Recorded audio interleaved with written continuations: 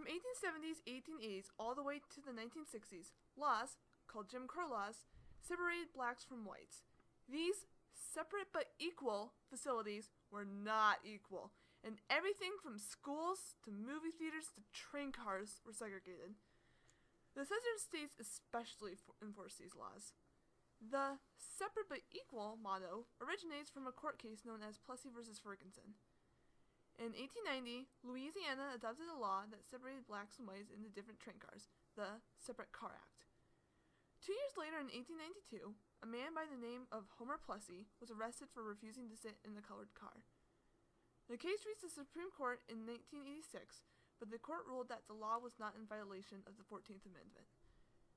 Although a clause in the 14th Amendment does not allow states to create laws depriving citizens of certain rights and keeping equality between races, the court decided that separation based on skin color did not make blacks inferior to white, and thus was still constitutional. This ruling would stay into effect until it was overruled in Brown v. Board of Education. During this time, blacks were expected to follow these laws. Any rudeness or sign of intimacy to whites were not acceptable. Some brave African Americans tried to defy these laws. One of them was a woman by the name of Rosa Parks.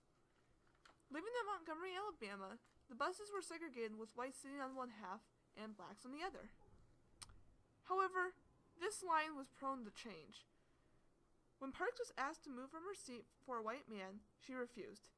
She was arrested and given a court hearing, which lasted up to 381 days. She also had to pay $10 in fines, plus $4 in court fees. Parks' arrest sparked protest, one that would last 13 months. The protest gained widespread attention, and whites fought the protests with more violence. They bombed churches and homes in an attempt to curb the protest. Integrated buses and black passengers were shot at. However, after 13 months, the African Americans were successful. After a Supreme Court ruling determining segregated buses were unconstitutional, passengers were allowed to ride integrated buses. Although the African Americans were successful in integrating buses, they would still have challenges to face before they gained full equality. The year was 1955.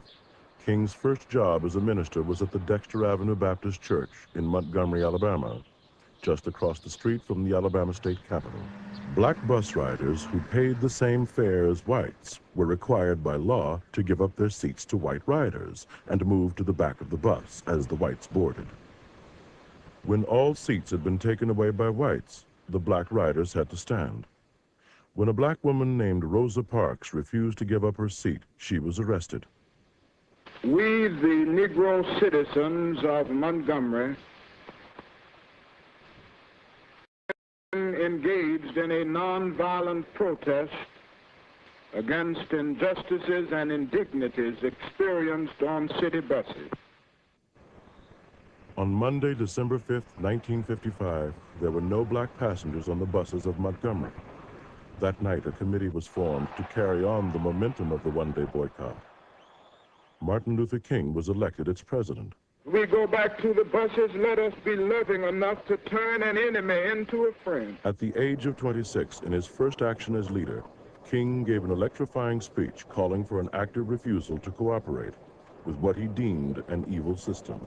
We will be able to emerge from the bleak and desolate midnight of man's inhumanity to man to the bright and glittering daybreak of freedom and justice. For Dr. King, the key to victory would be in never resorting to violence. The white citizens of Montgomery, however, had a different agenda. All public carriers operating in Alabama are hereby directed to strictly adhere to all present existing segregation laws in our state or suffer the consequences. More and more blacks began carpooling to ensure the bus boycott would succeed. We, the Negro citizens of Montgomery, Alabama, do now and will continue to carry on our mass protest. It is trite but urgently true that if America is to remain a first-class nation, she can no longer have second-class citizens.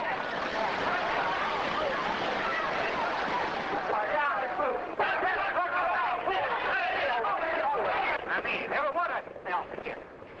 You do, boy. Get off the chair. Get off the chair. Death threats against King came almost daily.